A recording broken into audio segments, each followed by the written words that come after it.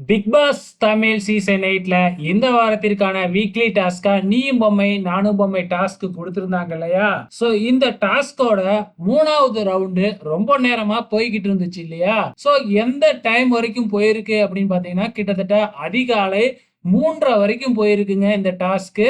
So இப்ப கடைசியா வந்து மஞ்சுரி, அன்சிதா, ஜாக்லின் இவங்க 3 பேருமே பொம்மைய வைக்காம ஹோல்ட் பண்ணிக்கிட்டு இருந்தாங்க இல்லையா?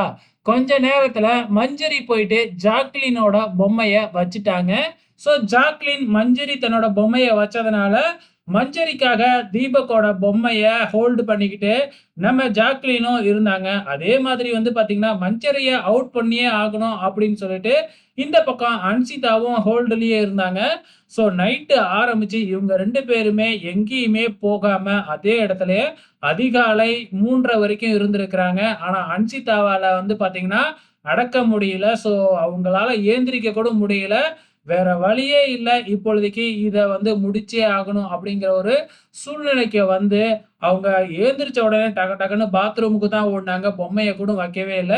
போயிட்டு வந்து தான் அதுக்கப்புறம் பொம்மைய எடுத்துக்கிட்டு போயிட்டு, மஞ்சரியோட பொம்மைய எடுத்துக்கிட்டு போயிட்டு, ஸ்லாட்ல வச்சு இத முடிச்சிருக்கிறாங்க. இந்த 3வது ரவுண்ட.